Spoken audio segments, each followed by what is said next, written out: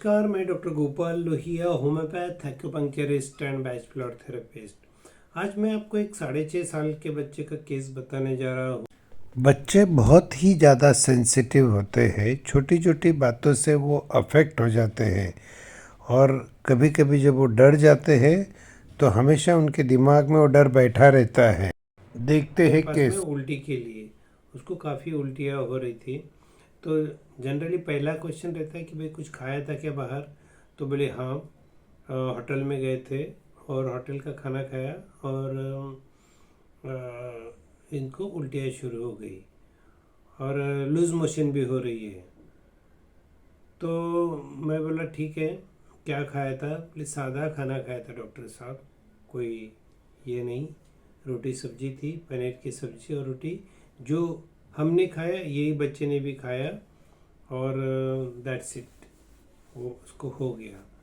तो फिर मैंने बच्चे से पूछताछ कर रहा था, पेट बीट उसका सब चेक कर रहा था, पेट वगैरह सब, इट वाज ऑल नॉर्मल और बच्चा बड़ा सहमा हुआ लग रहा था। मतलब तो मैं बोले कि यार ठीक है, कुछ पढ़ाई वढ़ाई का टेंशन इसका कुछ।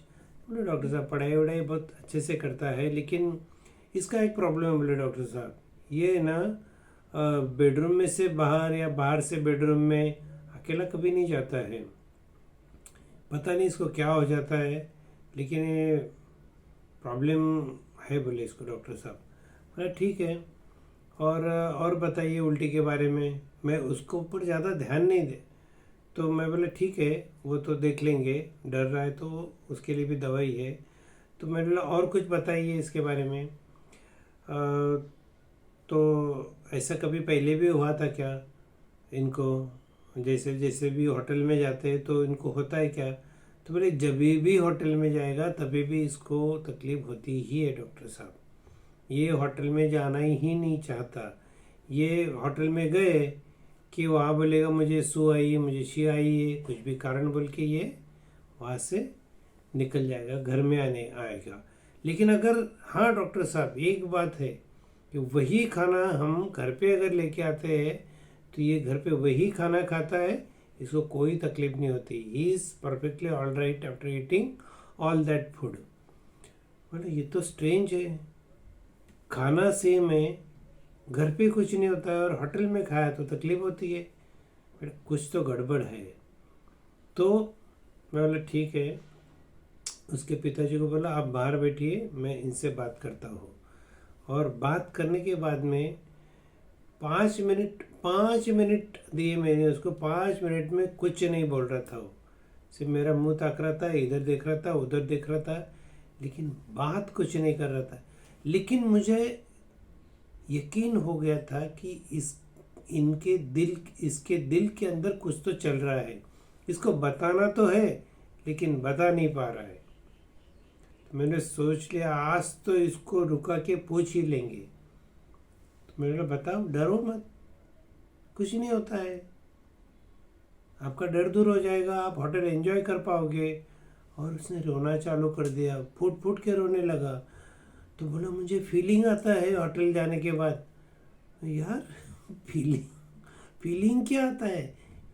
मतलब उनको बताते नहीं आ रहा था। मतलब फीलिंग का मतलब क्या बताओ? तो बोले मुझे उधर बहुत बहुत डर लगता है, मैं नहीं खा पाता उधर, मुझे जाने का बोलो तो ही मुझे डर लग जाता है।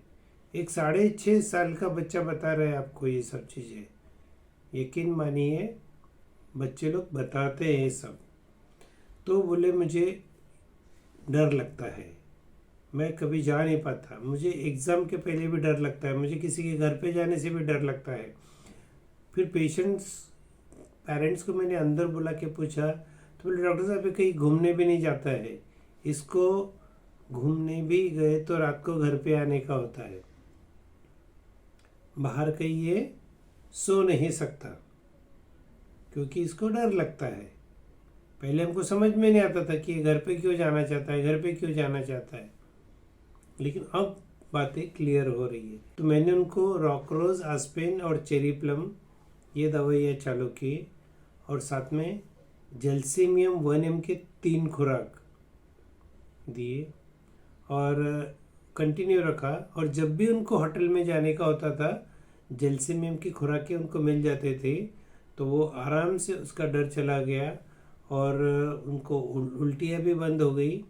और बाद में उनका एक कॉन्स्टिट्यूशनल मेडिसिन ढूंढ के निकाला, कैलकिरिया कार्प, वो देने के बाद में अब वो काफ़ी स्थिर स्थावर है। तो दोस्तों, बच्चों को अच्छे से ऑब्जर्व करिए, उनको जो भी तकलीफें रहती है उनके पीछे कुछ न कुछ वजह ज़रूर होती है, समझने की कोशिश करनी चाहिए, तो आपको उसका हल मिल जाएगा। ऐसे ही मैंने एक केस बताया था बच्चे का कि जिसका पढ़ाई में ही नहीं मन लग रहा था, और उसको उसके पेरेंट्स ने डम बोल के छोड़ दिया था कि इसको दिमाग नहीं है, ये पढ़ नहीं पाएगी कभी। काफ़ी इंट्रोगेशन के बाद पता चला कि उसको डर लगता था, घर में कोई भूत है इसका उसे डर लगता था 24 घंटा, और वो डर के मारे वो पढ़ नहीं सकते थे। जैसे उसका डर निकल गया, उसके मार्क्स अच्छे आने शुरू हो गए। तो आपको अपने बच्चे के ऊपर ध्यान देना पड़ेगा कि बच्चा क्या कर रहा है, उसके हर एक्ट के पीछे कोई ना कोई वजह होती है। तो आशा करता हूँ आपको वीडियो पसंद आया होगा। अगर आपको पसंद आया है, अगर कंटेंट आपको अच्छा लगा है, तो हमसे जुड़ना मत भूलिएगा। और थैंक यू वेरी मच। मिलते हैं अगले वीडियो में इसी जगह पर। धन्यवाद।